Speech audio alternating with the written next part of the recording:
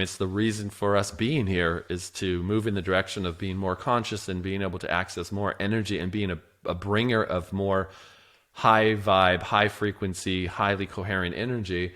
That it's not what we say, it's not what we do directly, it's the energy that we're bringing to that field as we show up that then ripples out and somehow it changes the fabric of the whole, the whole deal. You're listening to the Live Life Longer show with Dan Voss, inspiring you to live longer through the cold, the hot, breathing, eating, and being nature.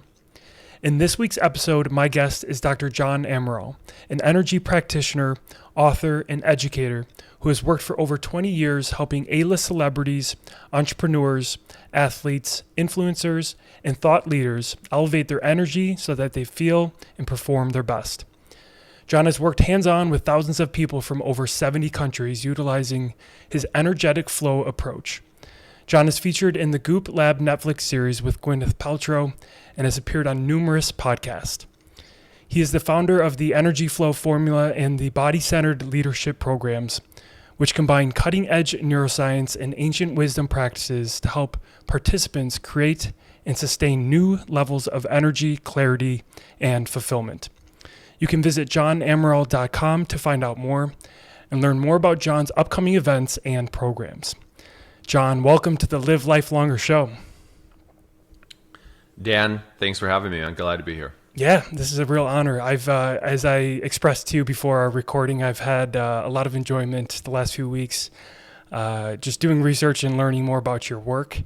It's always fun when you start getting into some of that deeper research and realize like, wow, this guy is working with some really cool people, and doing some really neat work that is obviously not necessarily mainstream or not necessarily known by everybody.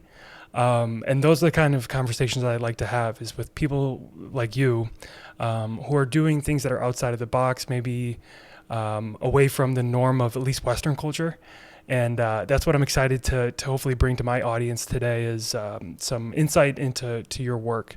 So with that being said, I do want to pull something from, I had the opportunity to watch that Goop Netflix series with Gwyneth Paltrow.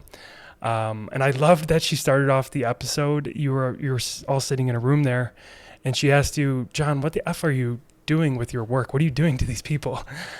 She, of course, said it playfully and in a joking manner, but I think that's kind of the question that is top of mind for me that I think would help set the framework for our conversation is what is it that you are doing with the work that you're doing with the clients? If you can kind of give some more insight into that.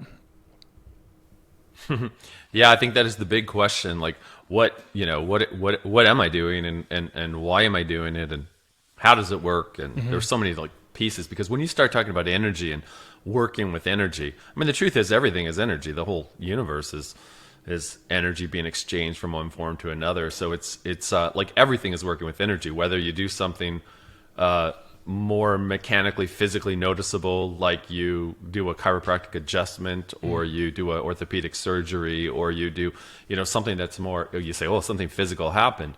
That's still an input of energy or an extraction of energy. There's an exchange of energy. So what I'm essentially doing is I'm working with, I'm interfacing with the energy in the system of the human, body, mind. Really, there are really two forms, or there are many forms of energy, but there are kind of two categories. You could say there's physical energy, heat energy, biological, biochemical energy. There's energy that you can see, light, etc. And then there's another type of energy, which is where it gets into the more woo-woo. It's like it's really, you could call it subtle energy, and subtle energy is yet to be really defined fully because it's a kind of it's energy and information that is not measurable by current instrumentation. And this is but there's some interesting research that's been done by, at some major universities, Stanford, Princeton, et cetera, looking at the interaction of, kind of distance, healing and intention, and being able to somehow influence like changing this was William Tiller at Stanford did decades of research where people, just ordinary people, were able to change the pH of water at a distance by connecting to some kind of subtle field, some kind of subtle energy. So you have subtle energy, which is like a non-really fully definable form of energy information, or consciousness and energy at a level that we haven't been able to fully measure yet. And then we have the physical energy. And I would say I'm working with both of those levels. Because when you get into subtle energy, you're also getting into the mind. You're getting into what is consciousness, which is in science is considered the hard problem, they call it. The hard problem of consciousness, because nobody knows what consciousness really is or where it's located, because consciousness doesn't have a location. You can't slice open a section of the brain and find consciousness. Sure. So when I'm working with an individual, I'm interfacing with the field, the energy around and within the physical system, and I'm working with the physical system and kind of interfacing back and forth by inputting information, putting force in, analyzing and assessing like all these factors that I've learned to look for outcomes with over decades of working with people to see, is this person's body, mind operating in the most efficient, effective way? Is there bound up energy that needs to dissipate or release? Is there free flowing energy? And what I know is what a body mind feels like when it's coherent, congruent, and in flow. And I'm always shooting to help take somebody into that state. That's a long kind of rambling answer, but it's like when you go, what are you doing? I'm optimizing how energy can flow in the human, body-mind system so that someone can be in their highest level of performance and deepest level of fulfillment, is the short answer. No, it's super helpful. I know it's a loaded question, and it seems like the work you're doing it's probably much more, I would say it's a lot easier to understand for someone that can go through it and experience it rather than try to be, have it explained through words. Is that correct? It's very experiential. I was working with a client who is, he was the head of marketing for a very large telecommunications company, like brilliant in being able to describe, how would you translate something into a kind of languaging that people could get at a very high level. And he was like, what the F? There's no way. Kind of like Gwyneth was saying, how do you really, like, I wouldn't have been able to fathom what this would be for me until after I got a session. So some of the elements are more difficult to translate into words, but I'll certainly give it my best shot. Yeah. When you say that everything in the universe is energy and that people are made up of energy, what is it that you mean by that? And then maybe you can kind of touch on the idea of that energy field that is around our physical body. What are some things that we would need to know there? Well, I mean, you can go onto NASA's website and you can find the pie chart that shows, the energy contents of the universe. I think it's still there. You can certainly search it. Upwards of it's about 94.6%, I think, of the universe, according to the kind of most recent scientific community research, is made up of energy. Just over 4% is considered physical material matter.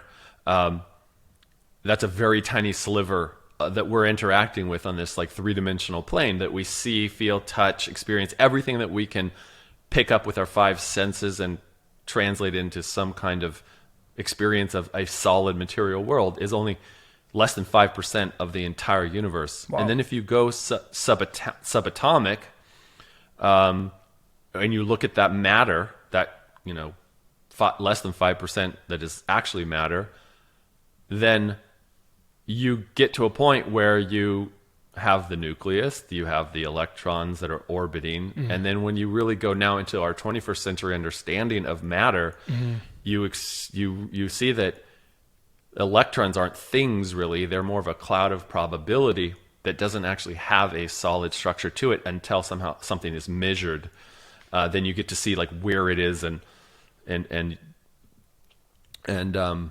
it kind of collapses. It's called in quantum physics. It's the kind of collapse of the probability wave of reality into a physical experience. But really, until something interacts, until some kind of consciousness or measurements there, you don't know anything. Actually, nothing really is solid. So like even the solid matter that's less than 5% of the universe is actually not solid. Wow.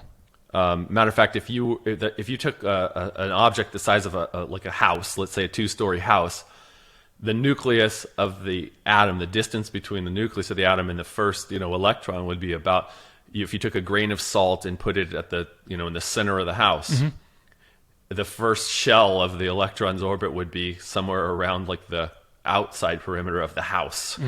So we're talking like what is physically solid, quote unquote, is actually not solid at all. So Yeah. that's why the universe really is made up of energy, because it's there's really nothing solid there. We say, well, why don't we, I can't just walk through that wall over there. So how do we solve that conundrum? What's really happening is that the particle in the aspect, or the field aspect of reality, it's a duality. They're both existing. There's like particle wave duality, it's called. Everything is solid, that we experience as solid on one level, but on another it's actually this kind of wave pattern of energy. And you cannot occupy the same exact space with the electrons in your body as exist in the electrons of the wall. So what happens is when you go to walk through the wall, there's a repelling. The energy can't actually occupy the same space, so you actually get this like repelled back. In Newtonian physics, it was like, for every action there's an opposite and equal reaction. So, but it's not because you're just bouncing off this thing physically. Actually, energetically, there's the inability to occupy the same exact space. So you're repelled backwards with the same force that you came in. Wow. So, at the subatomic level, you could go into this kind of like undifferentiated sort of potentiality reality where you could just interact with the wave nature of the wall and you could just move through. And in some ways, now I can't, measure and prove that I'm doing this with instrumentation yet, but there's an interaction with the individual, their field, their actually kind of wave nature of their body-mind and my body-mind, and somehow I'm interacting with the possibility or the potentiality version of them versus going into like, it's Dan, I'm working with Dan's body, it's a mechanical thing, and my mechanical force is going into his body, and now we're having this interaction of physical force. I'm actually not approaching the person that way. I'm approaching them as I come into the field, as I approach their physical, quote-unquote, body.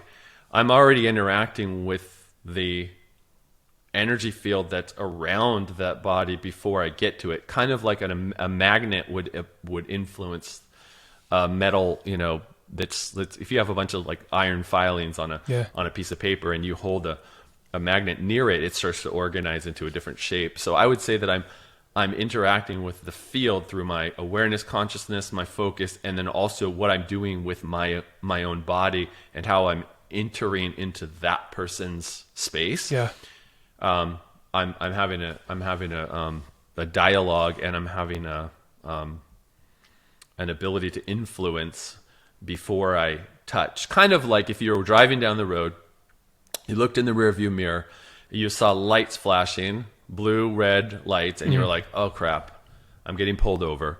And your whole physiology goes into like a stress state. And you're like, oh, and then the car drives by and goes after someone else, and you're like, whoo, and you had this whole experience. Nothing physically touched you, but your whole biology, physiology changed massively. Super Or on interesting. the other side of it, an erogenous zone of the body is like somebody strokes right behind your ear, or blows on the back of your neck, or touches a certain part of your body, and your whole reality could change very rapidly Yeah. with the slightest feather of a touch. Huh. Because the system is operating on very subtle forces and energies that we oftentimes don't recognize or don't pay attention to, or weren't conditioned to pay attention to. And what I've done over decades now is I've made it my primary focus to like look at the subtlety first, and then look at what's happening with the quote unquote physical as a secondary effect of what's happening in the fields and in the energy. So what are some of the things that you're experiencing? And I'd love to touch more on some of the stories that you hear from your clients on what they experience and what they're working through as they're working with you, what's going on there.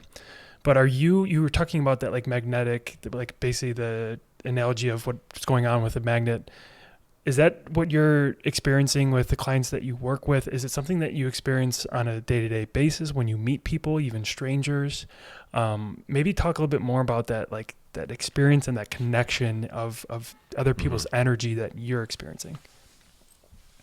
Yeah, there's a couple of questions in there, so I'll see if what I can cover. You can interrupt me if you want to get more clarity on before I go too far on tangent. But there's a good deal of research and collected research by the Institute for Heart Math, based out of Northern California, and one of the things that has been recognized is that when people are in proximity to each other, and it doesn't necessarily have to be in physical proximity, there's still an effect even with distance, but when you're in physical proximity, there's a syncing up or a relationship between the brain and heart rhythms, patterns, and kind of the electromagnetic field of the heart. The heart actually generates an electromagnetic field that can be measured several feet or more off the body.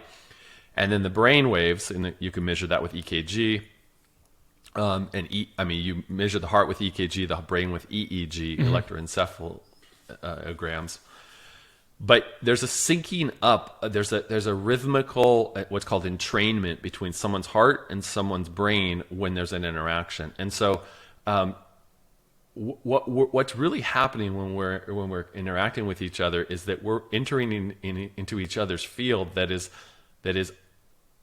precedes the physical body. It's actually radiating out from the body, and it's also influencing what's happening in the body. And there's kind of dynamic flow back and forth in our own field, and there's a relationship with the field of the people that we're interacting with. So that's felt as you develop awareness of it.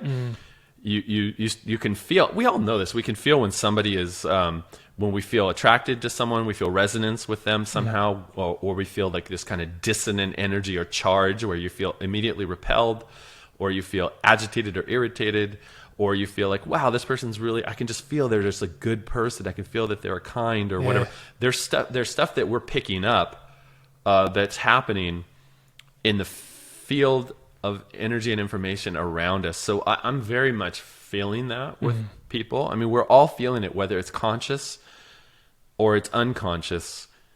It's influencing decisions we make, directions that we go in life, etc. So much more than really anything else. But whether that's at the forefront of your awareness or it's just deeply hidden or disconnected from, determines a lot about the quality of life and your kind of path in life. So I feel that and I sense that and I go with that. So I lead with that.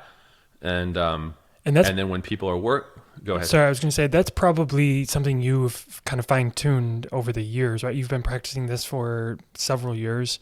And like you said, it's as you become more aware. Several meaning like 28. Yeah, 28 years, right? So it's not like you can necessarily become a master at this, in a few years. It's your life's work that has gotten you to this point. Well, let me just say that anybody can master that for themselves. Like the ability to listen to and tune into your particular way of experiencing shifts and changes in the energetic field around you and within you. Like that doesn't take a lifetime to develop. Actually, like people can become more aware of that and start listening to that. The really high achiever, high performer clients that I work with, they all have that quite developed.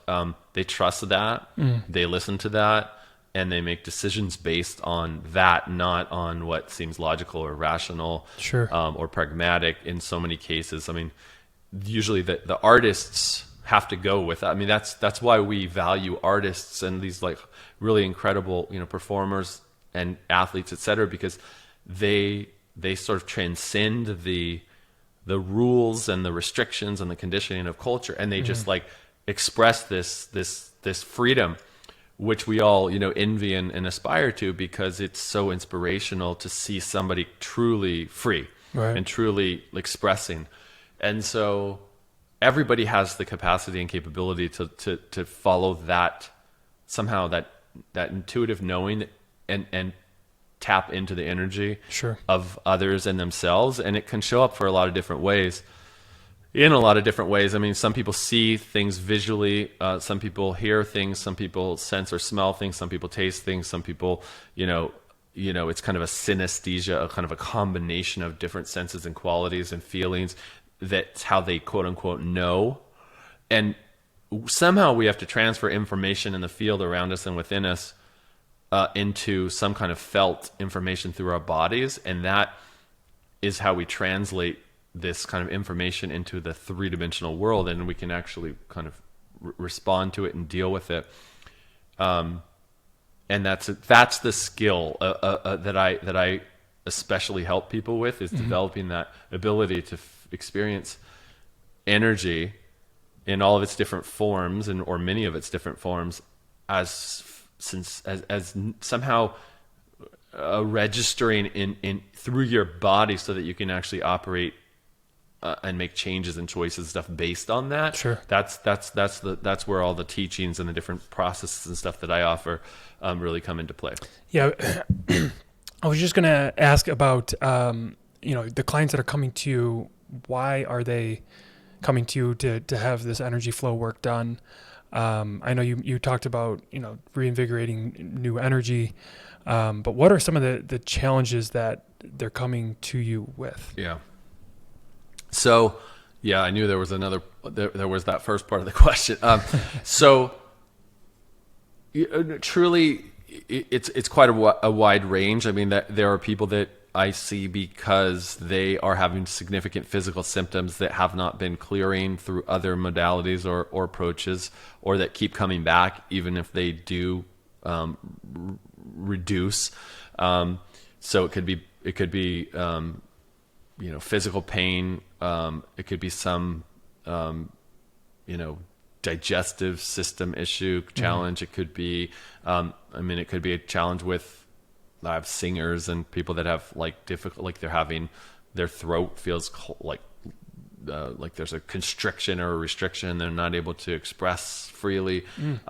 There are people that they're in a slump. I worked with a pro golfer, a PGA golfer recently, who he just wasn't making the cut. He kept just having some kind of block, and he knew it was more than something he could figure out with just his mind. There was something going on that he just was like, I need a reset somehow. And so we worked with that, getting a breakthrough.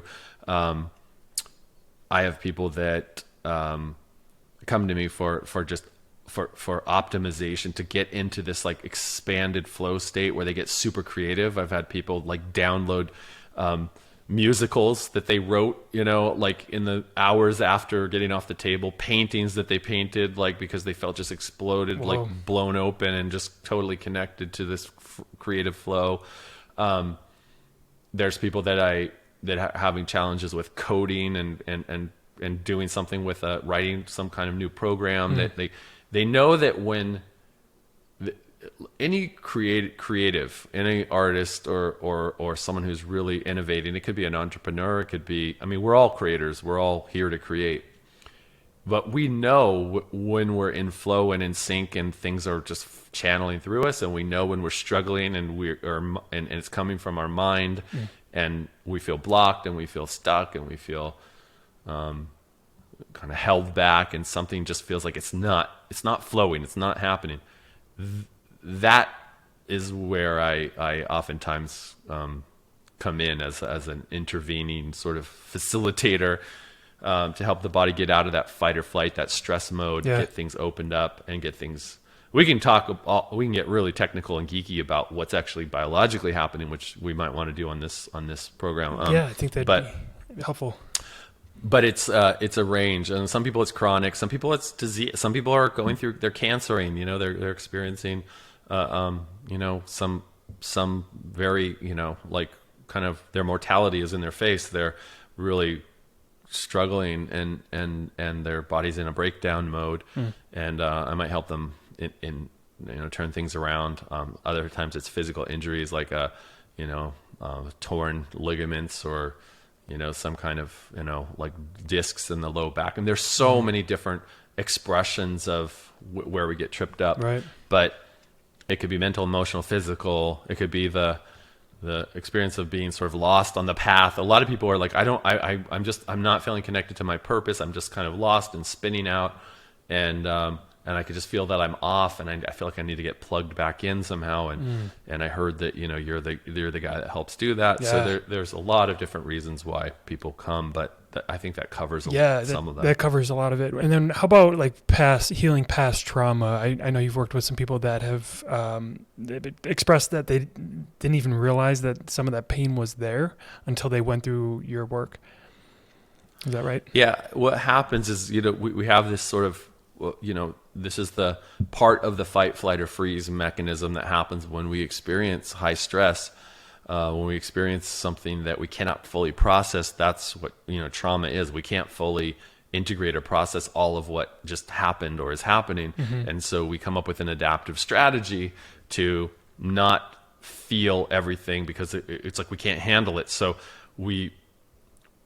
as we adapt, we can silo off information and energy that we cannot deal with and put it somewhere. It has to go somewhere. So even though the past, the experience that happened and affected us, let's say it was 10 years ago, even though that past, quote unquote trauma no longer exists in our body physically because we replaced all the cells multiple times. There's no, existing cells left. I mean, most of the cells in the body have been replaced within a 90-day period or so, like, probably, 90% of the body in a few months is probably completely, replaced.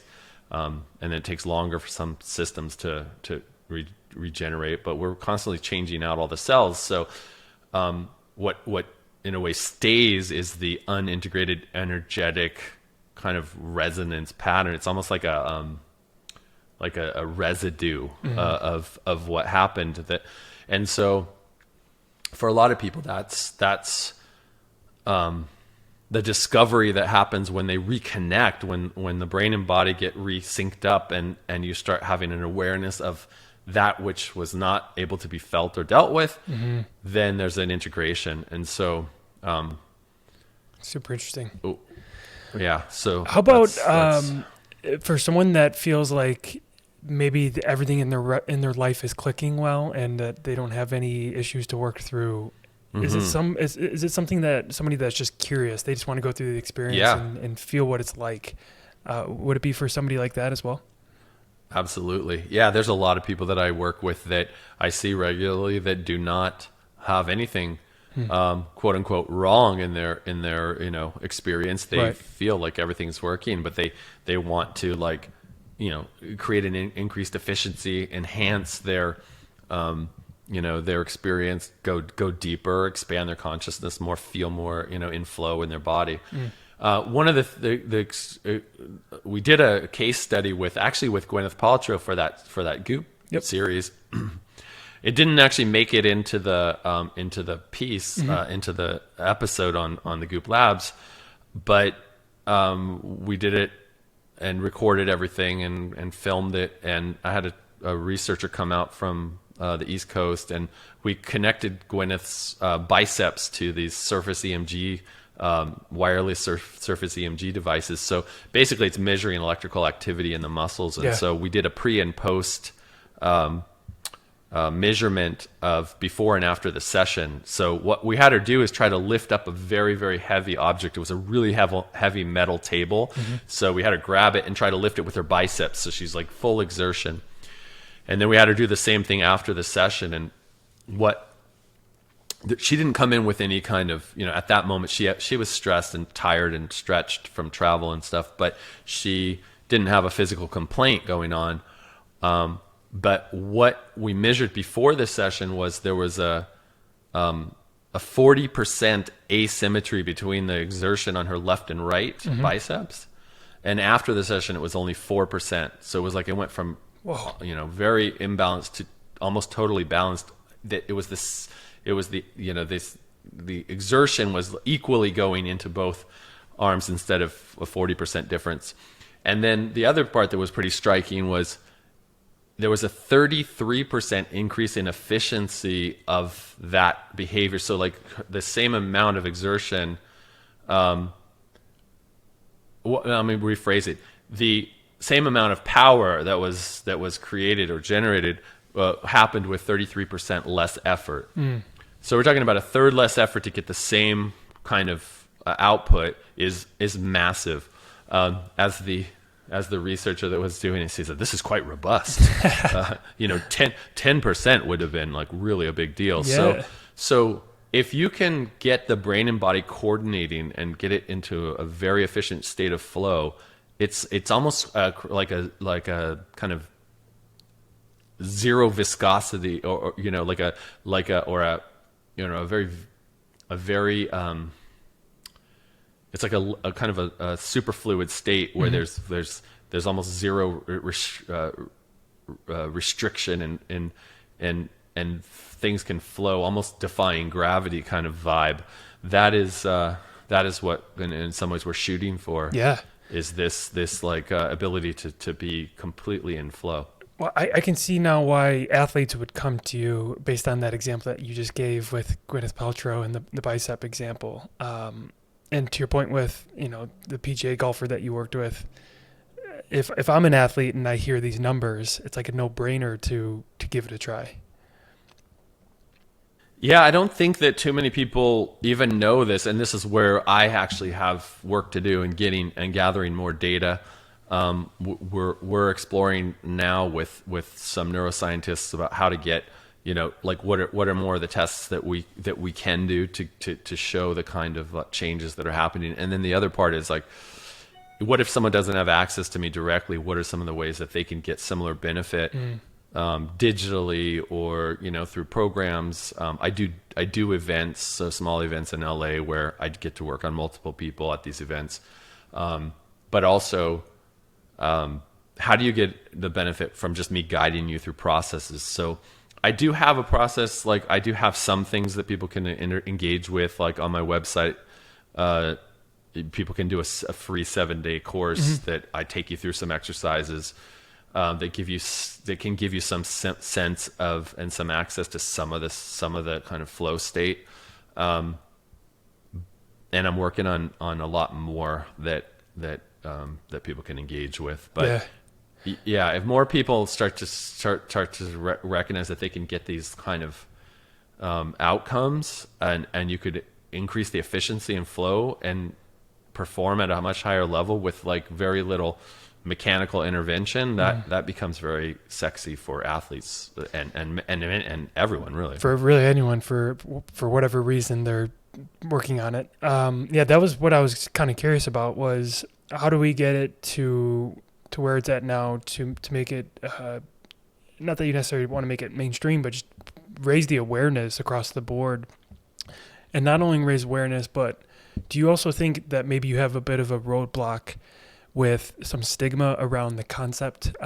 People might see it or they might hear about it and think like, that's a little woo-woo, that's a little far-fetched, it's not for me. So do you think maybe there's some work to be done there to remove some of that stigma and help educate people on what's really happening here? I mean, I don't feel like it's a roadblock. I mean, I'm just doing what I'm doing. The outcomes are there. We just need more measurement, more data, just to help it move more mainstream. But I don't feel any kind of restriction or roadblock. Like I think this is the age of energy. This is the 21st century is what Nikolai Tesla said is going to be the age of energy. He was right. We're having to come up with new methods, new technologies. It's happening.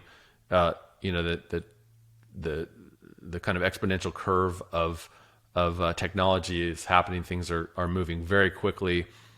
The whole energy sector is changing. I mean, we're solar and wind and various forms of energy production are just where it's going, that relies less on fossil fuels, less on bound up energy that we have to kind of liberate, and just access to the energy that's all around us. So this is the time in the culture and cultures around the world where energy is and the exchange of energy, and the use of energy, the efficiency with which energy is captured, and the efficiency of things like solar panels, and it's all increasing. So the efficiency of how the human body uses energy and how we understand energy for biological uses is also changing. So it's just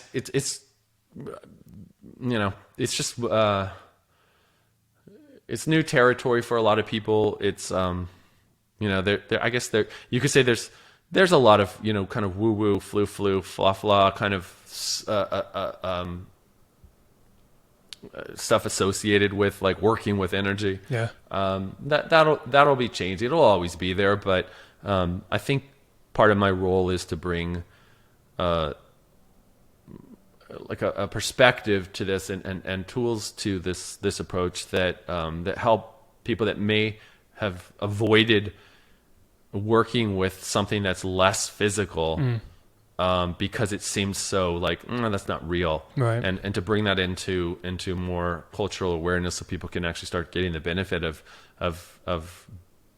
maybe they don't have to do that orthopedic surgery that they were going to do, because they realize that there's some other things that help them get connected, and then they can start to unravel some patterning, and they realize, oh, I don't have to go so mechanical. Or maybe they do need a surgery, but they heal and recover so much faster because they've dealt with some of the emotional, psychological components that weren't integrated. Or maybe, it can go on and on. Like there's always going to be a need for kind of biomedical approaches, but there are more and more people in the medical field that are starting to recommend things like, I think that you should do some mindfulness meditation, change your diet, start doing some gentle yoga. So it's already starting to be more integrated. And these are like orthopedic surgeons are recommending this in some cases.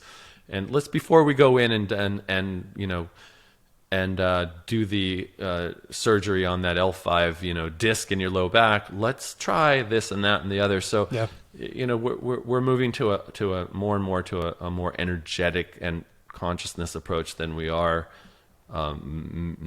mechanical, physical. Yeah, and it's just happening. I completely agree. I was just going to mention how there's been some really good strides in the last few decades, at least in Western culture, around things like meditation, yoga, breath work, and energy healing. And I think the energy piece has a lot of room for growth there in terms of awareness and cultural acceptance. And I think that's something that you're kind of one of the people that are taking charge in that effort. So. Yeah, in thousands of years ago, for thousands of years, there have been esoteric and kind of what were considered more spiritual practices that were utilizing energy and subtle energy in different ways. You can go back to the Vedic, teachings out of India and Tibet, Nepal. You have the Buddhist, approaches, the Taoist approaches out of China and Japan, and you have the native cultures of South America. The shamans, et cetera, were they all had and indigenous peoples of the Americas. They had ways to work with this energy system that they called in the yogic tradition. It's the koshas, where the energy sort of shells or energy bodies. The chakra system also came out of 5,000 plus years ago, came out of kind of India, looking at kind of some interface between a sort of a subtle non-physical dimension and the physical system. Somehow there was this kind of interface or interaction, and so all of this kind of technology was developed, but it's very, very powerful and profound because it involves the subtle system. That means the interaction between energy, consciousness, and how that affects physical matter. And I know your program is, you talk about longevity and talk about like what are the things that help us live probably longer and a more fulfilling life. Yep. And this was worked out in these ancient wisdom practices. It just wasn't distributed. It wasn't made available to the world. This was in ashrams and in caves and in monasteries and in places where this was hidden knowledge, hidden technologies, mantras, chants, certain meditations, certain practices like utilizing qigong and all these things. It just was not distributed and made available especially in the Western world, which we still are looking at things very much more mechanically. Yep. And now via what's happened in the revolution of just in the 90s, 80s, 90s, and the internet, and this is so new, but all this knowledge is now being poured into human culture around the world, and there's a massive upgrade that's happening, and there's just so you can Google or you can search for or you can DuckDuckGo, whatever your preferred browser, you can find anything you're looking for, and you can also just see what's even happening now with blockchain, right? It's like now I see that as like the it's like the 3-dimensional version, 3D world version of the Akashic record, which is the like information of everything that's ever happened, every word that's ever been uttered, every thought that's ever been thought, the kind of the karmic, book of life. That the blockchain is that. I mean, it's every single thing is recorded. Yeah.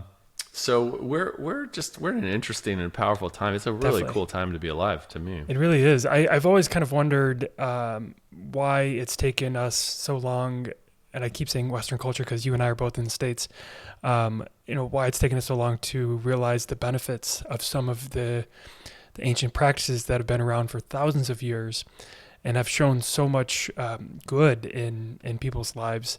And we're just kind of starting to come around to some of these ideas. But to your point, I think a lot of it is the age of the internet and the fact that we can learn anything. We can open up our phone and listen to a podcast on any topic or search on YouTube just about any topic and get answers.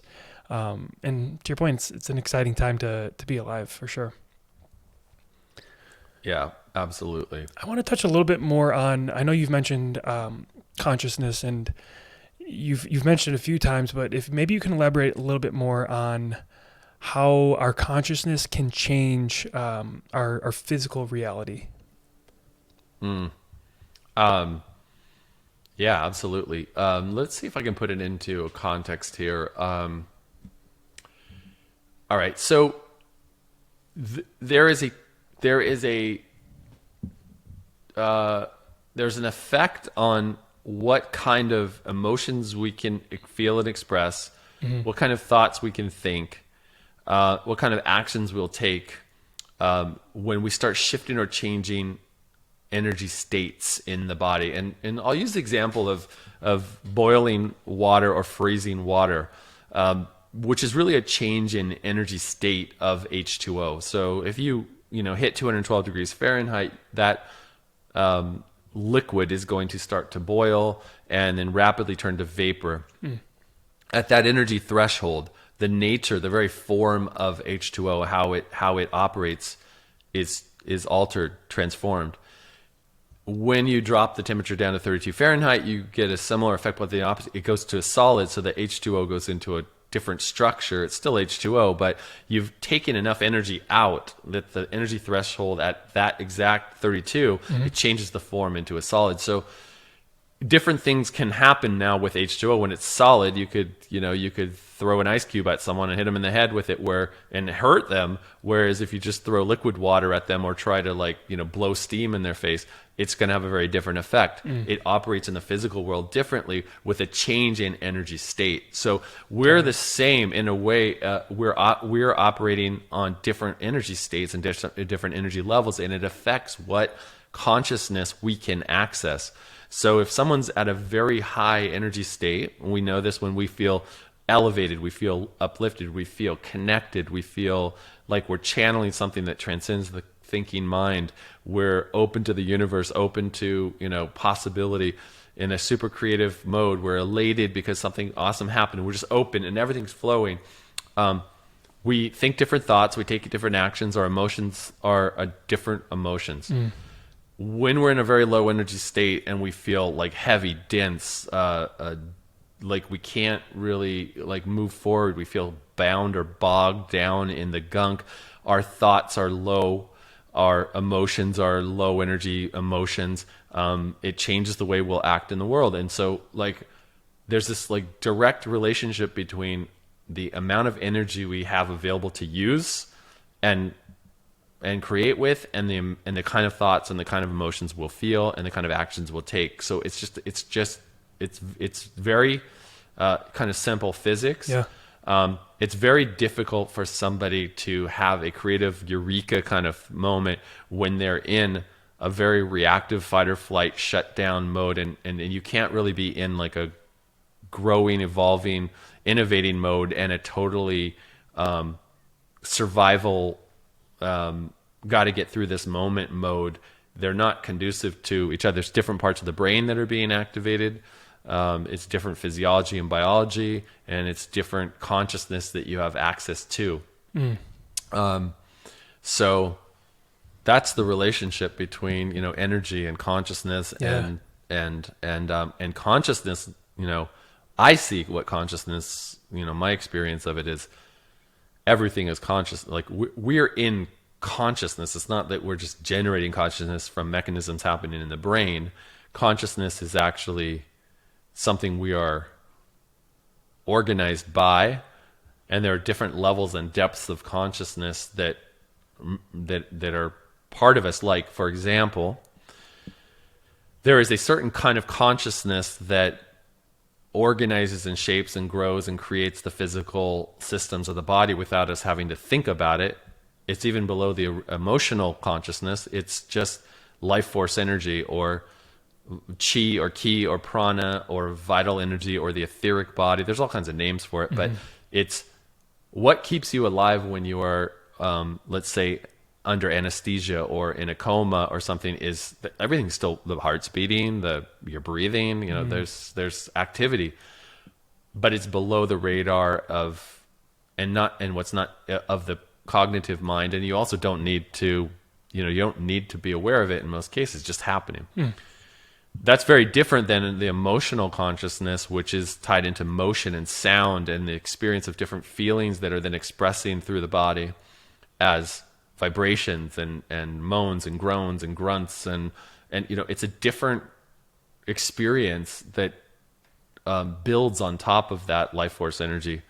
And then there's the mental cognitive consciousness, where we can have thought and we can have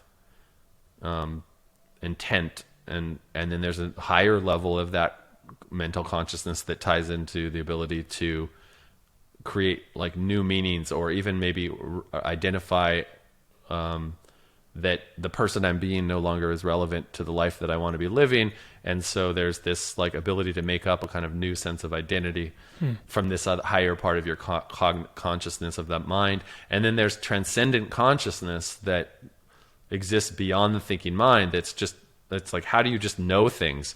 How do you meet somebody and know? You see them, you feel it, and you're like, wow, I know that this is a soul connection. I know something about you. Somehow we're connected is it another life? I don't know, but it's this transcends the cognitive. And then when we completely have an awakening experience to the infinite nature of source itself, of the unified field of consciousness, and we recognize that everything is connected and everything is one, that is the highest, like level of like, that it's all actually one beautiful, organized grace, love, wholeness. Then that is also consciousness, but it's like the ground of being consciousness. So I see that, we're always going to be accessing certain aspects of consciousness. We're not generating it somehow. Like it's not like we're just like walking around in a world that's everything's separate and we have a consciousness inside of us and it's random. Yeah. It doesn't really work that way. You must be a guy that's interested in energy, because I feel like there's some energy going on right now with questions I'm about to ask you, and then you kind of answer it like 2 seconds before I'm about to ask the question. So you mentioned with the universe, we are all one. I was just about to ask you, how important is it that we are conscious and aware of, more on an emotional level, of our words, our thoughts, our actions to other people in the world. So what I mean by that is when I go out and interact with other people, how I treat them and how I talk to them and the things I say, whether it's good or bad, might affect their day, right? It might affect how they go off and treat somebody else. It might affect how they go home and talk to their spouse. So how important is it that we are aware of our thoughts and our words and our actions, to make sure that we keep a unified kind of peace amongst each other? And if we tip it the other way, if enough people are walking around angry and ticked off and have bad energy and are mistreating one another, how much will that affect the kind of global scale? Oh, that's a great question, and I think I'll defer to two really brilliant people in this area. One was Dr. David Hawkins, who wrote a very well-known book called Power versus Force, and the other is Dr. Claire Graves, who created the model, what's just called spiral dynamics, which these are two models of consciousness and how consciousness impacts or affects, the world around us. Hawkins has a scale, like a logarithmic scale. So it's like a seismic, think about earthquakes. On that scale, 1 point is, like 10x or whatever. So like a 7.0 or a 7.1 is 10 times, higher. On Hawkins' scale, he notes that, most of the world is at a pretty low level of consciousness, in that it's a low level of energy. So energy and consciousness are tied together in Hawkins' scale. And that one person operating at a much higher level. So like he used the example of like Jesus, for example, or Buddha, or some of these, very highly evolved, super conscious beings that would be on this scale of 0 to 1,000. 0 would be like a rock, or less than a rock. It would be like zero consciousness. And then 1,000 is like infinite pure consciousness. So he's used the example of like Jesus or Buddha, like being in the like 700 plus level. That most people are operating at the like 200, the low 200 level, which is like, low emotion, low emotional state, low consciousness, like low thought, like low level thought, still very self-absorbed, very selfish, very out of fear, out of guilt, out of shame, etc. So you have these lower consciousness states. But he said that when one person on this planet is operating at, let's say, 500 or above, that one person offsets, somehow balances out the consciousness globally to where they're balancing out like tens of thousands, hundreds of thousands, or millions of people.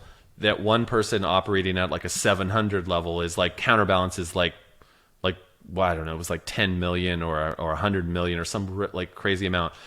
Because everything is interconnected and everything balances in the universe. It's like the ultimate, like the blockchain is like modeled off of this, like every interaction accounts, every thought you have, every action you take or don't take somehow is registered somehow in the field, because energy and information is being exchanged, that when someone's really low, somewhere else someone will be really high. So these different kind of beings and people come into this world to like kind of be a beacon of, or a transfer of, or bringer of light and energy that would help like influence the overall state of humanity. And so I think then, to answer your question, it's absolutely the name of the game. I mean, it's the reason for us being here is to move in the direction of being more conscious and being able to access more energy and being a bringer of more high vibe, high frequency, highly coherent energy.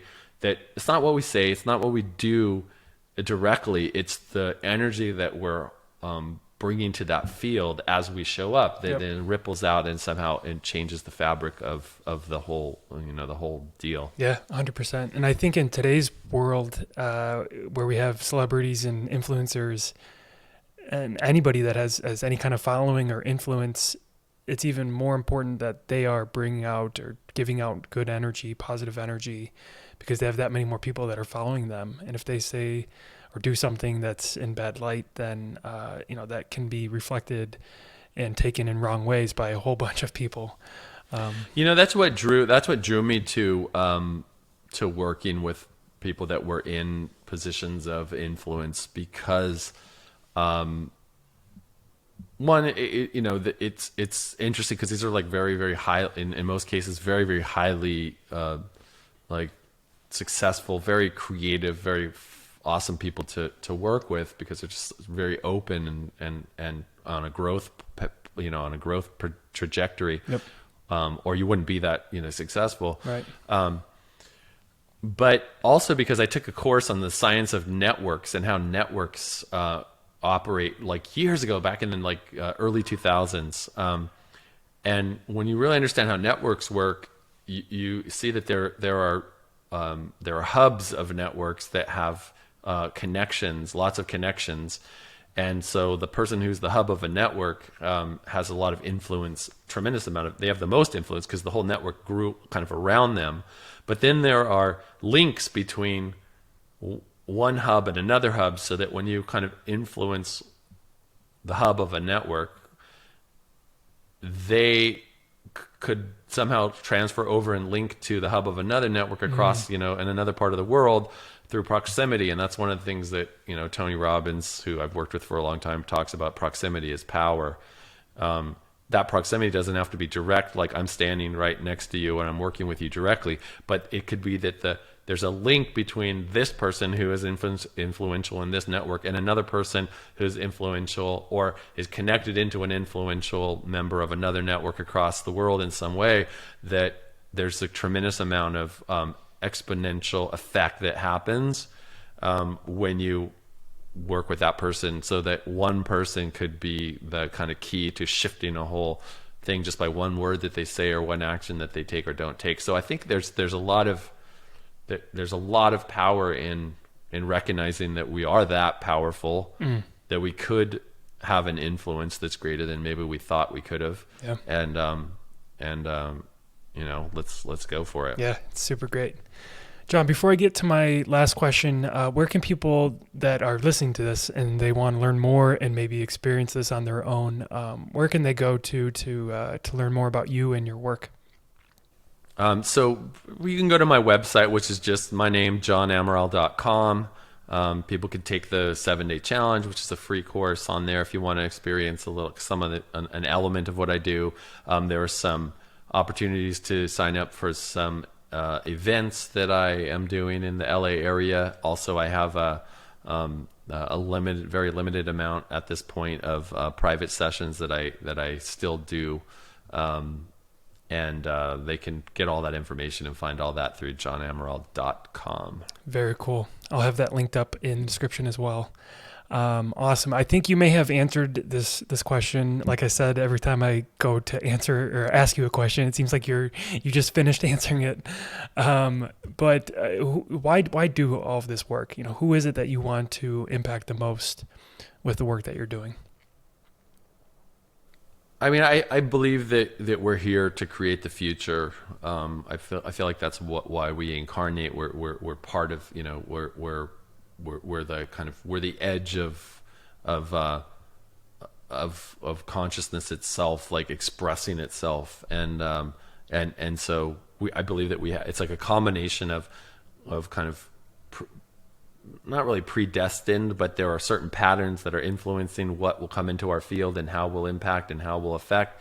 And then there's an element of free will and choice of that we can choose. And it's like this kind of combination that it's like, is there truly free will or isn't there? And I think that the higher we're resonating and the more in energy that we're tapped into, the healthier that we are, the better we take care of our bodies, minds, and the more we connect into something that transcends, this physical plane, then the more is revealed about what we're really here for. And I feel like it's like that exploration of why are we really here? What are we really doing? Like, what's the point of us, arriving on this planet gets more and more revealed as we move in the direction of what energizes us, of what lights us up, and then we get drawn into proximity with people, we get drawn into new, possibilities, and suddenly we're in a place of we're helping to create the future of where humanity can go somehow in our way. And I feel like that is what excites me, and that's what I think we're all here to do. Wow. On some level. Yeah. So Super profound. That's awesome. Well, John, thank you so much for your time. You're doing amazing work. You're working with really incredible people, like you said, Tony Robbins, Gwyneth Paltrow, all kinds of celebrities and athletes and influencers. And you're making a real difference. So thank you for your time and your expertise. Dan, thanks for having me. All right. Have a great day.